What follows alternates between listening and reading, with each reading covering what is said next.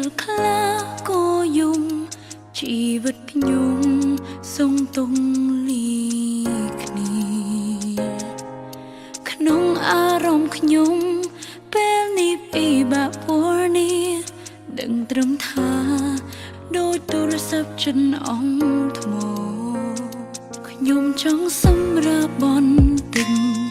ឲ្យបានធូរស្បើយក្រូនមកហើយនឹងដើរទៅមុខបន្ត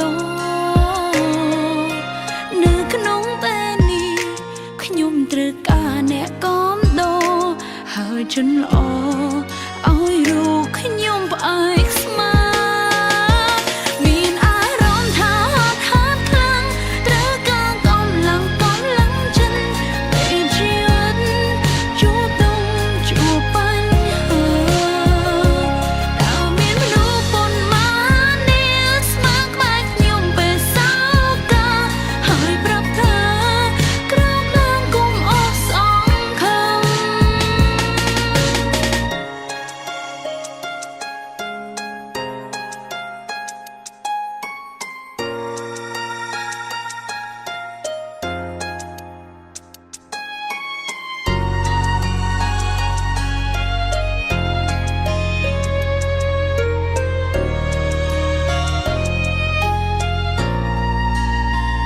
ខ្ញុំចង់សម្រាប់បន្តិច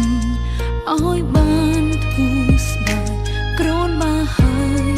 នឹងដើរទៅមុខបន្តនៅក្នុងពេលនេះខ្ញុំត្រូវការអ្នកគាំដរហើយចិនល្អឲ្យរកខ្ញុំផ្អែកស្មា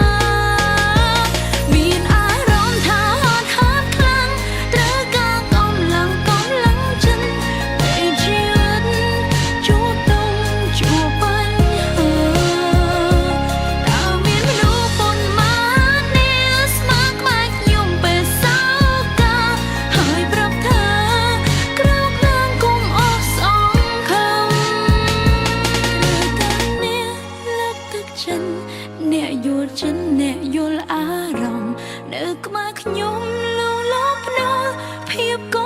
ក្តៅអាចធ្វើឲ្យខ្ញុំសើចពេលដែលខ្ញុំសោកសៅមិនទុកឲ្យខ្ញុំនៅ